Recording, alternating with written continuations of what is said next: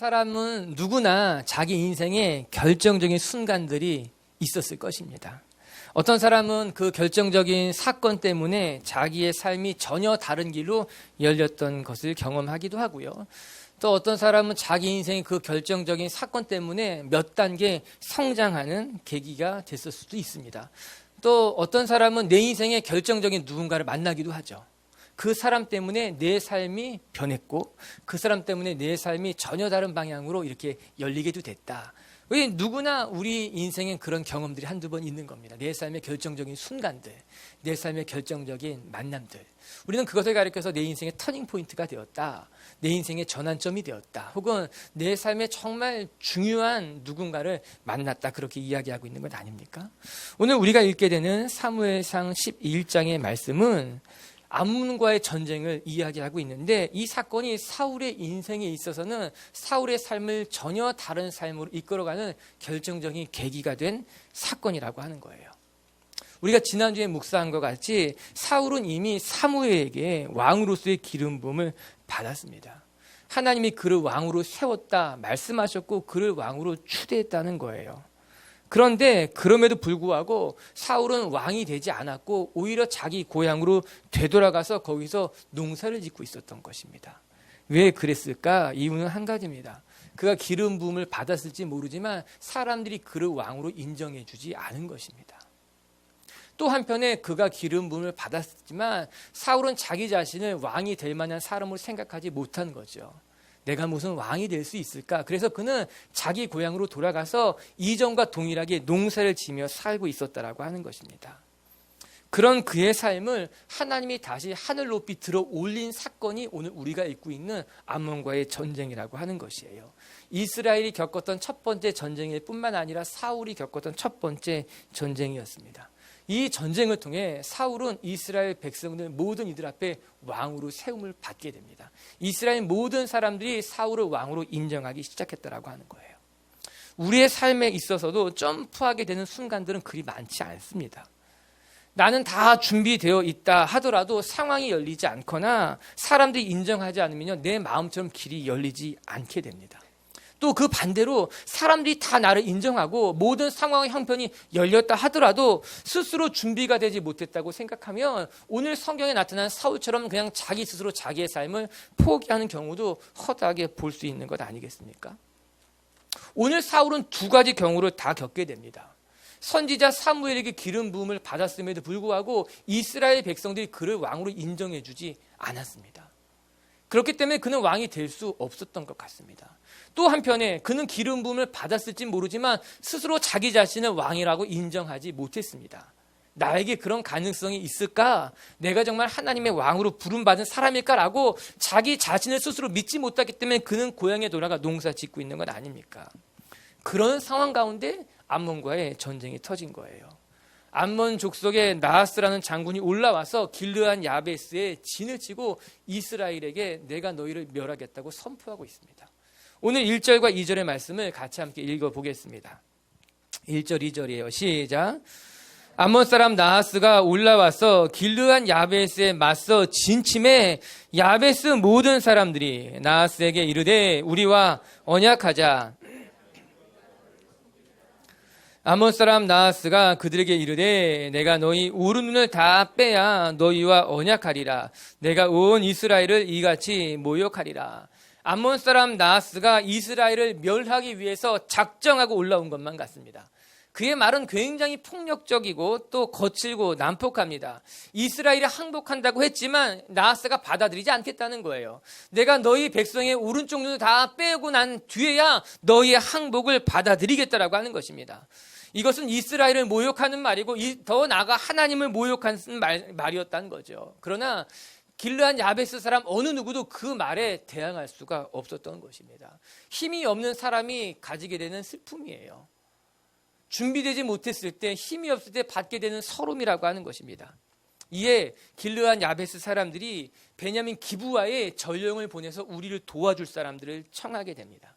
그게 오늘 우리가 읽은 본문의 배경 아니겠습니까? 사실 이 길르한 야베스 사람들이 기브아로 전령을 보낸 데는 그만한 이유가 있었습니다. 여러분 지난주에 말씀 배운 거 생각해 보시면 아시겠지만 이스라엘의 내전이 일어났죠. 11개 지파와 베냐민 지파가 싸움을 벌이게 되는데 베냐민 지파가 그로 말미암아 멸절할 위기에 놓이게 됩니다. 그때 남은 장정의 수가 600명밖에 되지 않았어요. 모든 어린아이와 여자를 다 죽이고 600명 남자들만 남았는데 그 600명 남은 장정이 누구와 결혼하게 되는가? 이스라엘의 길르한 야베스의 여인들과 결혼하게 된 것입니다. 이스라엘 사람들이 베냐민 지파가 멸절할 것을 두려워하여 길르한 야베스의 여인들을 구해서 베냐민 사람들과 결혼을 시키게 된 것입니다. 오늘 말씀해 보게 되면 길르한 야베스 사람들이 이 어려운 일을 당하게 됐을 때 왜 베냐민 기브아 사람들에게 전령을 보냈는가? 당연한 일입니다. 왜냐하면 그곳에 있는 사람들은 길르한 야베스 사람들과 거의 사돈 관계가 됐겠죠. 친정 식구가 되는 것 아니겠습니까? 하나 더 덧붙이게 된다면 길르한 야베스 사람들이 소식을 듣게 됩니다. 하나님께서 베냐민 기브아 사람, 베냐민에 있는 사울이라는 사람을 왕으로 세웠다는 이야기를 듣게 된 것입니다. 그렇다면 기브아로 찾아가야 되겠다. 그곳에 가서 너희 친척들을 만나서 도움을 청할 뿐만 아니라 사울이라는 사람을 만날 수 있다면 만나면 좋겠다라고 하는 거예요. 그래서 전령을 기브아에 보내게 되는 것입니다. 그런데 하나님의 일이 참 놀라운 것이지 그 소식을 누가 먼저 듣게 되는가? 사울이 듣게 된다는 거예요. 그곳에서 소를 가지고 농사 짓다가 길르한 야베스 사람들이 소식을 듣게 되고 그의 마음이 동하여서 하나님의 사람들을 불러 모아서 암몬 사람들과 전투를 치른 것이 오늘의 이야기 아니겠습니까? 여러분, 하나님의 일은요, 되려고 하면요, 모든 것이 척척 맞아 떨어지게 되어 있습니다. 그게 하나님의 일인 거예요. 그래서 하나님의 일은 순적하다고 우리가 이야기한 것 아닙니까? 사울이 그때 그 자리에 있어서 이 소식을 듣게 되고 그때 하나님의 영이 그를 감동하는 것으로 말미암아 사울이 이스라엘 사람들을 불러 모으기 시작했다라고 하는 거예요. 그리고 암몬과의 첫 번째 전투를 통해서 이스라엘을 구원해내게 되는 것 아니겠습니까? 그래서 이스라엘의 왕으로 하나님의 사람으로 모든 백성들에게 인정받기 시작했다라고 하는 거예요. 이 암몬과의 전투로 사울은 비로소 왕이 될 수 있었다라고 하는 거예요. 그의 삶에 있어서 가장 결정적인 사건을 하나 뽑으라고 한다면 아마 오늘 우리가 읽은 이 사무엘상 11장의 말씀일 거예요. 사울은 사무엘이 기름 부음 받았어도 사람들에게 인정받지 못했기 때문에 그의 삶은 크게 변하지 않았어요. 하지만 이 암몬과의 전쟁을 통해서 그는 하나님의 사람으로 세움을 받게 되고 이스라엘 백성들에게 존경을 받게 되고 비로소 하나님 앞에 쓰임받는 사람으로 자리를 잡게 됐다라고 하는 거예요. 사울의 인생이 크게 점프하는 순간이었다라고 하는 거예요. 하나님이 그렇게 이 사건을 사용하고 계시다라고 하는 거예요. 사랑하는 성도 여러분, 때로는 우리의 삶에 만나는 고난이 있을 수 있고요. 때로는 내가 감당할 수 없는 일을 만나기도 하지만요. 하나님이 그 사건을 통해서 하나님의 뜻을 이룰 때가 있는 거예요. 내가 이해할 수 없는 사건과 만나기도 하고요. 내가 이해할 수 없는 사람과 만나기도 하지만 하나님께서는 그 사건을 선용해서 그 사람을 더 높은 곳으로 들어 올릴 때가 있다라고 하는 것입니다. 사울이 사무엘과의 만났을 때 그 만남 역시 그의 인생에는 결정적인 만남이 돼버린 것 아닙니까? 오늘 말씀처럼 이 암몬과의 전투가 사울의 삶을 이렇게 변화시킬 줄은 아무도 몰랐지만 사울도 알지 못했지만 이 암몬과의 전투를 통해 하나님이 그의 삶을 높이 들어 올리고 있다라고 하는 거예요. 여러분 축복합니다. 여러분의 삶에도 여러분의 삶을 이렇게 들어 올리는 결정적인 사람들, 결정적인 사건들과 마주칠 수 있게 되길 주님의 이름으로 축복합니다.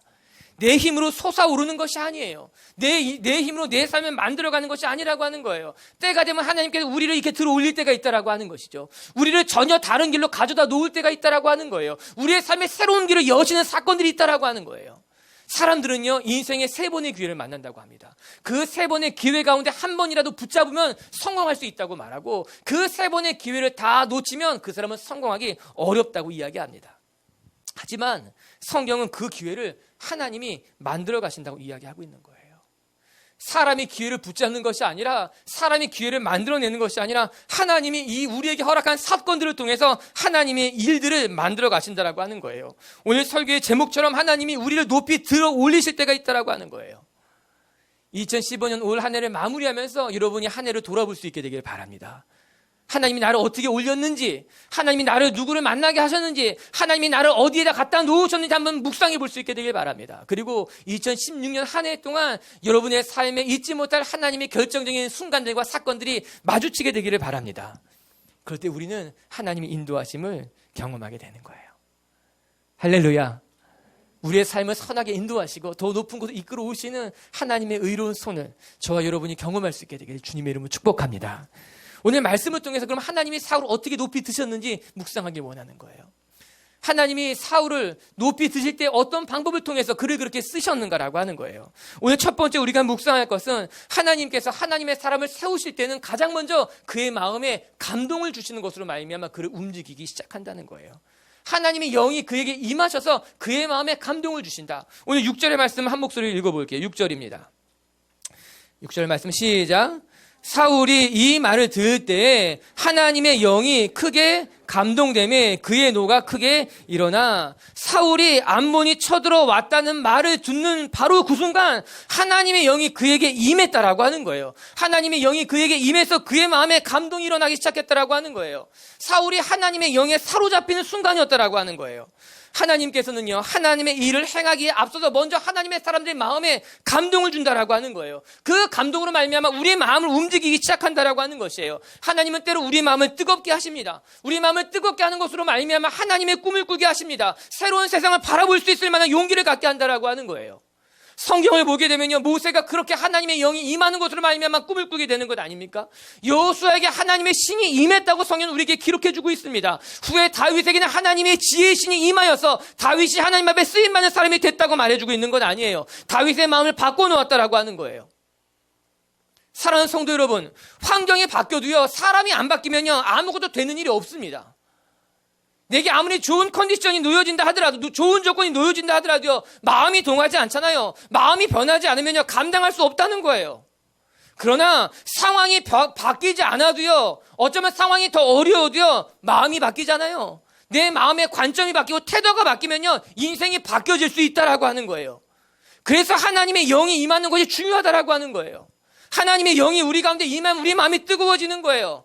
지금까지 바라보던 상황이 다르게 보인다라고 하는 거예요. 그 상황을 바라보는 눈이 바뀌는 거죠. 그 상황을 대하는 우리의 태도가 바뀌는 거예요. 겁을 냈던 사람이 담대해지기 시작하는 거예요. 하나님의 영이 임하면 피하고자 했던 사람들 마음 가운데 맞설 수 있는 용기를 갖게 되는 거예요. 그것이 하나님의 영이 임할 때 나타나는 현상, 모습이라고 이야기하고 있는 거예요. 오늘 6절의 말씀을 보면요, 하나님의 영이 크게 임하여 그가 감동했다고 나옵니다. 저는 이 감동이라는 말이 참 흥미롭습니다. 무려 지금으로부터 3000년 전에 쓰인 단어가 이 감동이란 모습이에요. 이 감동이란 단어는 사실 요즘 크게 유행하는 단어잖아요. 감동이라고 하는 텔레비전 프로그램도 있었고, 이 시대를 가리켜서 감동의 시대라고 말하잖아요. 여러분, 설명하고 설득하는 시대는 다 지나갔어요. 이제 누군가에게 설명해서 여러분 되지 않아요. 설득해서 그 사람의 마음을 움직일 수 있는 것도 아니에요. 사람의 마음을 사려면 감동이 필요하다라고 하는 거예요. 아무리 좋은 일도요, 설명해서는 안 됩니다. 아무리 가치 있는 일을 할지라도 설득해서는 되지 않습니다. 얼마 오래 못 갑니다. 그러나 마음에 감동이 오잖아요. 내 마음이 움직이면요, 힘든 일도 헌신하게 되어 있어요. 어려운 일도 동참하게 되어 있다라고 하는 거예요. 그래서 사람의 마음이 필요한 건 감동이라고 하는 것이죠. 설득이 아니라고 하는 거예요. 몸이 움직이기 전에 마음이 움직인다고 하는 것입니다. 그런데 무려 3000년 전에 하나님이 그 말씀을 쓰여놓고 있더라고요. 하나님이 사울의 움직임에 있어서 그의 마음에 감동을 주셔서 그의 삶을 움직이고 있다라고 하는 것이에요. 사랑하는 성도 여러분, 전 우리에게 이 하나님의 감동이 날마다 있게 되기를 바랍니다. 우리가 머리로 하나님을 따라가는 것이 아니라, 우리가 생각해서 고민해서 하나님 앞에 순종하는 것이 아니라 하나님의 감동이 우리 마음에 부딪혀오는 거예요. 견딜 수 없는 뜨거움이 우리 마음 가운데 차 올라오게 되는 거예요. 그럼 우리는 헌신하게 되어 있어요. 그래서 성경 뭐라고 말씀하시는가? 하나님께서 일을 행하실 때 먼저 소원하는 마음을 우리에게 주신다는 거예요. 우리 마음에 자원하는 심령을 먼저 주신다라고 하는 거예요. 그래서 우리 마음에 감동이 있으면 헌신하게 되어 있다라고 하는 거예요. 우리 사랑하는 빛의 성도 여러분, 우리 마음에 딱딱하게 굳어있는 것이 있다면 그 딱딱하게 굳은 것을 제거하고 하나님의 새 영이 임하는 것으로 말미암아 마음이 부드러워지고 하나님의 말씀에 감동이 있고 눈물이 있고 그 하나님의 마음을 헤아릴 줄 아는 분들이 되기를 주님의 이름으로 축복합니다. 오늘 사울만 움직인 게 아니에요. 사울의 마음에만 감동을 준 것이 아니라 이스라엘 백성들의 마음에도 감동을 주기 시작합니다. 우리 7절의 말씀을 읽어볼게요. 7절입니다. 시작. 한 결의의 소를 잡아 각을 뜨고 전령들의 손으로 그것을 이스라엘 모든 지역에 두루 보내어 이르되 누구든지 나와서 사울과 사무엘을 따르지 아니하면 그의 소들도 이와 같이 하리라 하였더니 여호와의 두려움이 백성에게 임함에 그들이 한 사람 같이 나오니라. 여호와의 두려움이 백성에게 임했다. 여러분, 이것은요 인간적인 공포를 말하는 것이 아닙니다. 하나님이 사울에게 감동을 주신 것 같이 이스라엘 백성들의 마음에도 감동을 주셨다는 거예요. 하나님을 경외하는 마음을 주셨다는 거예요. 그래서 하나님을 두려워하기 시작했다. 하나님을 경외하기 시작했다라고 하는 거예요. 이 일을 내가 나가서 해야만 된다는 생각이 그들 마음에 든 거예요. 이 전쟁에 나가는 것이 무섭지만, 이 전쟁에 참여하는 것이 두렵지만 전쟁에 나가야만 할 것 같은 거예요. 도망가고 숨고 싶지만 도망가면 안 될 것만 같은 마음이 막 들기 시작하는 거예요. 여러분, 우리가 그럴 때가 있지 않습니까? 정말 하기 싫은데 해야만 할 것 같을 때가 있는 거예요. 내가 도망가고 싶은데 이거를 꼭 해야만 하고 해야만 할 때가, 해야만 해야 할 때가 마음속에 있는 거예요. 이건 내가 하고 싶지 않아요. 이건 도망가고 싶어요. 이거 하면 너무너무 힘들 거라는 건 제가 너무너무 잘 알 것만 같아요. 그런데 해야 될 것 같아요. 그런데 내가 예스해야만 될 것 같아요. 오늘 이스라엘 백성들 마음 가운데 그런 마음이 든 거예요. 암몬과의 전쟁이 두렵습니다. 사울을 따라가는 것이 겁이 납니다. 그러나 이 전쟁에 나가야만 할 것 같은 거예요. 이 말씀에 순종해야만 할 것 같은 거예요. 언제, 왜? 하나님이 영이 그들의 마음을 만지기 시작한 거예요. 사울에게만 감동을 준 것이 아니라 이스라엘 모든 백성들 마음에 감동을 주시는 것으로 말미암아 그들이 자원하는 마음으로, 순종하는 마음으로 그 전쟁에 참여하게 하셨다라고 하는 거예요. 하나님은 이렇게 우리를 이끌어가요. 하나님은 우리를 이렇게 만들어간다라고 하는 거예요. 하나님의 능력이 나타나는 거예요. 하나님의 역사가 일어나기 시작한다라고 하는 거예요. 여러분, 올 한 해 하나님이 여러분에게 말씀하시는 것이 있다면 도망가거나 피하거나 숨는 것이 아니라 그 하나님의 말씀에 순종하는 분들이 되기를 바랍니다. 하나님이 나를 부르고 계시구나. 하나님이 나한테 말씀하고 계시는구나. 제가 일부 예배 때 잠깐 얘기했는데 올해 이제 다음 주에는 2016년도 봉사자 명단이 이제 나가게 될 거예요. 무슨 부서에 누가 헌신하고 무슨 부서에 누가 헌신하고. 그런데요, 감사하게 봉사자들이 늘어나고 있어요. 그래서 너도 하려고 자기도 하겠습니다 하는 거예요. 농담처럼 이야기했던 일이 일어나고 있어요. 세 번째 순서니까 좀 더 기다리십시오. 이런 일들이 이미 먼저 헌신하겠다는 사람들이 많이 있습니다. 이미 기도로 준비한 사람이 많이 있습니다. 이렇게 또 얘기하면 또 갑자기 다음 주에 다 안 하겠다고 하는 건 그렇지 않아요. 지금 감사하게 성도들이 100%였어요. 제가 전화하고 제가 만나서 이야기할 때마다 모든 성도들이 해야죠. 그럼요, 목사님. 그럼 제가 해야죠. 하겠습니다. 너무너무 감사했어요. 우리 교회 성도들이 성숙해져 가는구나. 감사하다, 이런 마음이 들게 됐어요. 오늘 말씀에서 어쩌면 그런 것이 아닌가. 우리는 두렵지만요, 우리는 겁이 나지만요, 우리는 힘들 것 같지만 왠지 해야 될 것 같은 거예요. 헌신해야 될 것만 같은, 순종해야 될 것 같은, 하나님이 부르셨다면 무릎 꿇어야 같은 마음이 든다라고 하는 거예요. 오늘 말씀을 좀 더 같이 묵상해 보십시다. 우리 6절의 말씀이요, 놀라운 것 중에 하나는 사울이 이 말을 들을 때 하나님의 영에게 크게 감동되며, 여러분, 우리 인생에 있어서요, 우리가 하나님의 영에 사로잡히는 것이 중요하다는 말입니다. 사울은 하나님의 영에 의해서 감동되었다라고 하는 거예요. 왜? 사람마다 감동 코드가 다르다고 이야기하잖아요. 감동받는 그 코드가 다 다른 거예요. 예를 들면 저 같으면 옛날에 운동을 잠깐 했기 때문에 그 스포츠에 관련된 영화를 보면 거의 눈물바다가 됩니다. 잘 눈물을 안 흘리지만 국가대표, 우생순 이런 영화만 보면요, 막 같이 사람들과 영화 보기가 부끄러울 만큼 막 계속 펑펑 울어요. 막 뭔가 고통을 참고 인내하면서 어떤 역전의 순간이 나오면 그때부터 막 쏟아지기 시작하는 거야. 이게 내가 생각해도 우스운데 울면 창피한 건데 막 눈물이 나오는 거예요. 아마 저의 옛날의 기억과 뭔가 오버랩이 되면서 막 폭풍 감동이 찾아오게 되는 거예요. 그래서 그런 영화는 제가 잘 같이 안 보려고 그래요. 지난주에 교육자 수련회 갔다 왔는데 히말라야를 보자고 그러셔가지고 난 그거 보면 안 된다.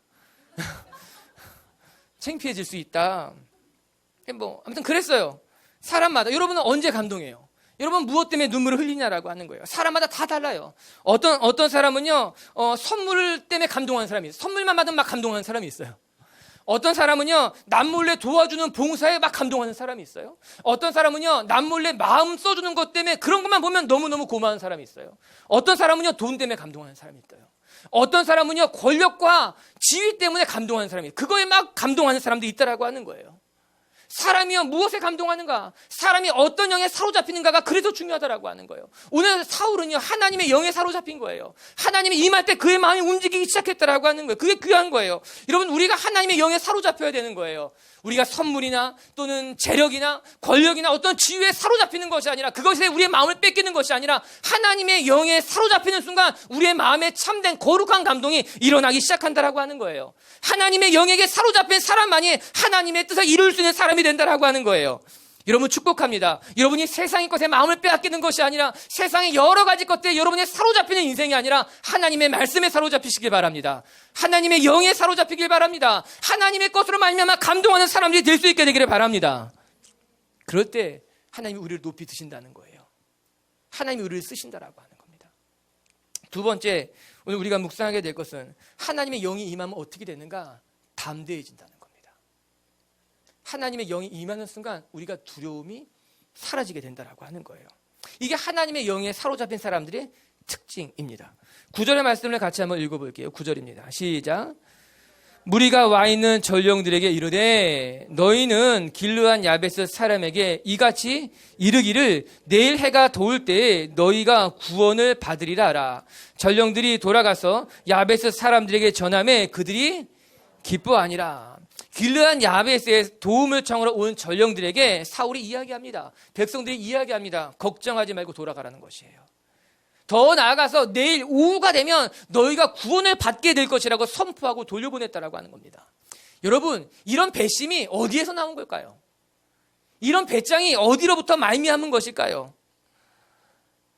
여러분, 11절 말씀을 보게 되면 사울이 이스라엘 백성을 가서 암몬 사람들을 전멸시키는 이야기가 나옵니다. 11절 보게 되면요, 이튿날 사울이 백성을 3대로 나누고 새벽에 적진 한가운데로 들어가서 날이 더울 때까지 암몬 사람들 침해 모든 이들을 멸절시켰다고 이야기합니다. 생각해 보십시오. 사울은 이 전쟁이 그의 인생의 첫 번째 전쟁입니다. 사울은 단 한 번도 전쟁을 치러본 적이 없는 사람이었어요. 사울은 단 한 번도 이렇게 많은 군대를 데리고 싸움에 나가본 사람이 없었다라고 하는 거예요. 한마디로 사울은 초짜였어요. 경험이 미천한 그냥 평범한 사람에 불과했다라고 하는 거예요. 전쟁에 나가서 싸워본 적도 없고요. 군대를 지휘해 본 적도 없고요. 그 군대의 전략을 줘본 적도 없다라고 하는 거예요. 그런데 어떻게 사울이 이렇게 담대하게 무려 33만이라는 대군을 데리고 암몬의 적진 가운데로 들어가서 암몬 사람들을 초토화시켰을까? 이해할 수 없어요. 머리로는 납득할 수 없는 일이 일어났다는 거예요. 단 하나입니다. 하나님의 영이 그에게 임하게 되자 그의 마음에 담대함이 든 거예요. 두려움이 없어진 거예요. 겁 없이 그냥 암몬 적석 한가운데로 뚫고 나가게 됐다라고 하는 것입니다.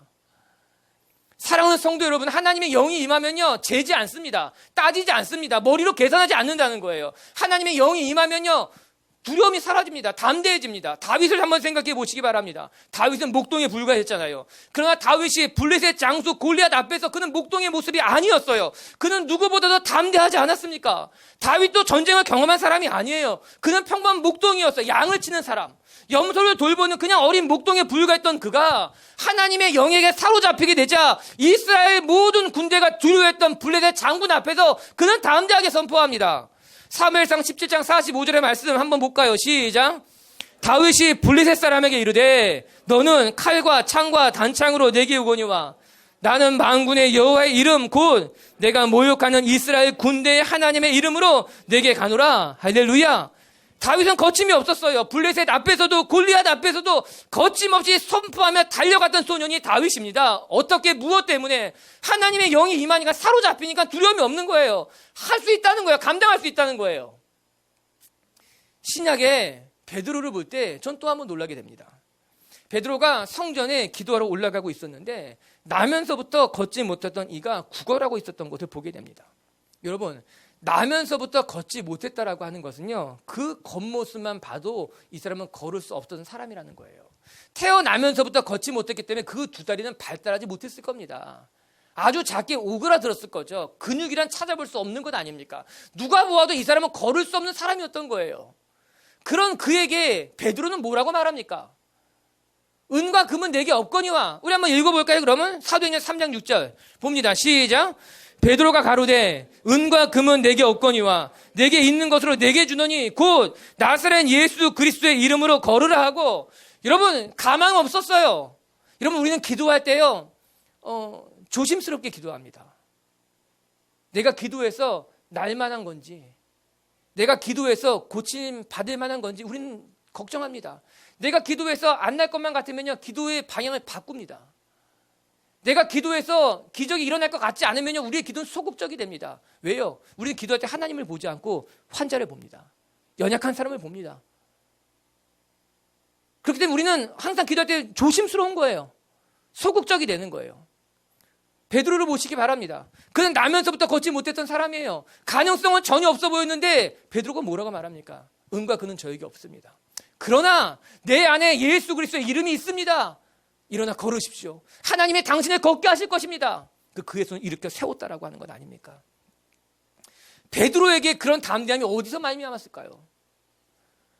상황을 보고 그를 보게 되면 전혀 그렇게 선포할 수 없었을 텐데 베드로는 주저하지 않습니다. 하나님의 음성을 듣습니다. 그를 일으켜 세워라. 그를 위해 기도해줘라. 그를 축복하라. 그리고 베드로는 그 감동에 따라 그를 일으켜 세운 건 아니겠습니까? 선포했습니다. 은과 금은 내게 없거니와 내게 있는 나사렛 예수 그리스도 이름을 명하노니 일어나 걸을지어다. 사랑하는 빛의 교회 성도 여러분, 하나님이 주신 마음은 두려워하는 마음이 아닙니다. 디모데후서 1장 7절의 말씀에 기록되어 있기를 하나님이 우리에게 주신 것은 두려워하는 마음이 아니요 오직 능력과 사랑과 근신하는 마음이니. 여러분, 이 말씀을 다른 성경을 찾아보게 되면요, 두려워하는 마음을 이렇게 번역하고 있어요. 비겁한 마음이 아니라는 거예요. 하나님이 우리에게 주신 마음은 비겁한 마음이 아니에요. 도망가는 마음이 아니에요. 숨는 마음이 아니에요. 두려워하는 마음이 아니에요. 하나님이 우리에게 주신 마음은요, 능력이에요. 사랑이에요. 소망이에요. 헌신이라고 하는 것입니다. 그래서 일어나라고 말할 수 있다라고 하는 거예요. 하나님의 영이 임하면, 하나님이 우리 마음에 감동을 주시면요, 두려움이 없어집니다. 담대해집니다. 우리 빛의 교회 성도 여러분, 올 한 해를 마무리하며 또 내년을 준비하면서 저와 여러분에게 비겁한, 숨고자 하고 피하고자 하고 도망가려고 하는 이 마음이 다 사라지고 하나님이 주시는 담력과 용기와 맞설 수 있는 힘이 있게 되기를 주님의 이름으로 축복합니다. 세 번째, 오늘 말씀을 통해 우리가 한 가지 더 묵상해야 될 것은, 하나님이 우리를 높이 들어 올리실 때 우리는 비로소 겸손해져야 된다는 거예요. 너무 중요한 겁니다. 하나님이 우리를 들어 올리실 때 우리는 그 어느 때보다도 낮아져야 되고 겸손해져야 되고 다른 이들을 품을 줄 알아야 된다는 거예요. 오늘 12절과 13절의 말씀을 묵상합시다. 12절 13절 시작.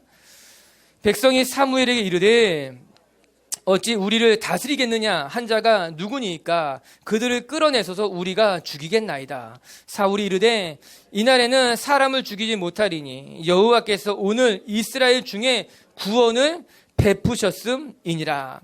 사울을 반대했던 이들을 끌어내자라고 하는 거예요. 이제 암몬과의 전쟁이 끝났습니다. 대승을 거둬서 끝나게 된 거죠. 그렇게 되자 사울 측근에 있었던 장수들이 말하기를, 사울 왕이요, 당신을 대적했던 사람들이 있지 않습니까? 당신을 왕으로 인정하지 못했던 사람들이 있지 않습니까? 그들을 다 끌어내서 그들을 죽이자라고 하는 거예요. 왕권을 강화하자는 말입니다. 당신을 반대했던 사람들, 당신을 인정하지 않았던 사람들 다 제거하는 건 어쩌면 자연스러운 진행일지 모릅니다. 그동안 사울을 인정하지 않았던 사람들, 사울을 따르지 않았던 사람들을 골라내야지만, 여러분, 인류의 역사상 정권을 잡으면 이런 일이 다 일어났어요. 자기를 반대했던 사람들을, 자기를 따르지 않았던 사람들을, 뭔가 불편했던 사람들 다 숙청하고 제거해서 왕권을 강화하는 것, 이 인류의 역사상 항상 그런 일이 일어났던 건 아닙니까? 그런데 오늘 사울은 달랐다는 것입니다.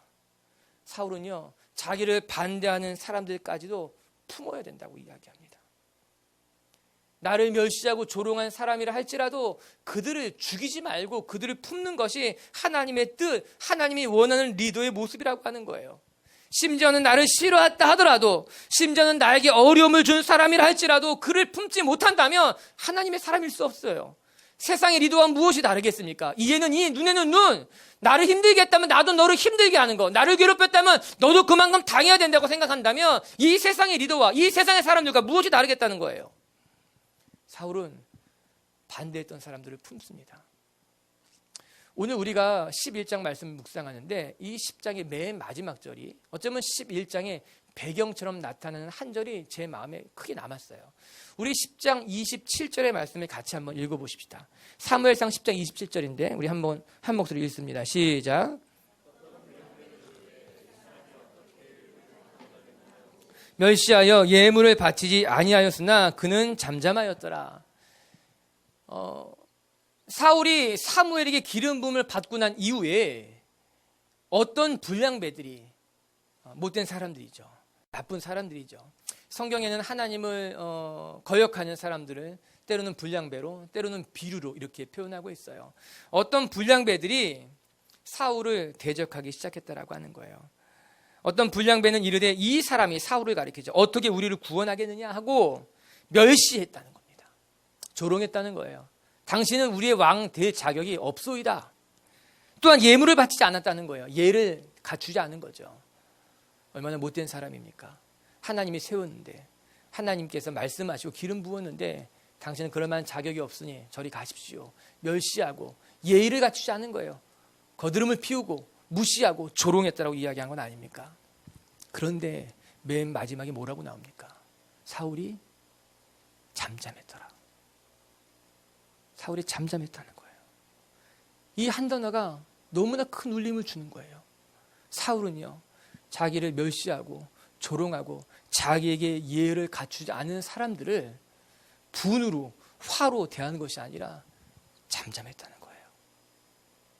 조용히 참고 견뎠다라고 하는 것입니다. 사울이 왕이 되기 전까지 그 지역의 불량배들이 사울을 인정하지 않고 조롱했지만 사울은 그 조롱을 다 받아들였다는 거예요. 참고 견디고 품어주었다라고 하는 거예요. 여러분, 이 말씀을 우리가 깊이 묵상할 수 있었으면 좋겠어요. 우리가 나를 따르지 않는 사람들 앞에서, 때로는 나를 무시하는 이들 앞에서 변명하거나 내 자신을 디펜스하거나 아니면 또까지 그를 멸시하거나 조롱하는 것이 아니라 사울처럼 우리는 품을 줄 아는 사람, 그를 내 그릇 안으로 담을 줄 아는 사람, 잠잠할 줄 아는 사람이 되어야 된다라고 하는 거예요. 사울은 아직 리더십이 없는 것 같았을지는 모르지만 그들이 보기에 아니에요. 사울은 이미 왕으로서의 품위를 충분히 갖고 있는 사람이었습니다. 세상 사람들 보기에 그는 좀 연약해 보이고 좀 모자라 보일지 모르지만 사울의 내면에는 이미 왕이 될 만한 충분한 성품이, 인격이 그 안에 갖추어 있었다라고 하는 거예요. 실력이 있으면 영향력을 가질 수 있습니다. 지위가 있으면 그 지위를 통해 사람을 다스릴 수 있습니다. 여러분, 자리가 사람을 만든다고 생각합니까? 일명 그런 것도 있을 것입니다. 어떤 자리에 가게 되면 그 자리에 맡겨진 만큼 잘할 수 있게 될 수 있을지도 몰라요. 하지만 준비가 안 된 사람이 어떤 자리에 올라가게 되면 본인뿐만 아니라 주변에 있는 사람들까지 힘들어지게 될 수 있다는 것을 우리는 알아야만 됩니다. 사울은 왕이 되기에 앞서서 먼저 충분히 준비된 사람이었구나. 그의 마음은, 그의 성품은 이미 충분히 깊은 사람으로 자기를 대적하는 사람들까지도 품을 수 있을 만큼의 넉넉함을 가진 사람이 되었구나. 우리 빛의 교회 성도 여러분이 그런 넉넉함이 있게 되길 바랍니다. 오늘 본문은 이렇게 끝맺고 있어요. 15절을 읽어봅니다. 시작.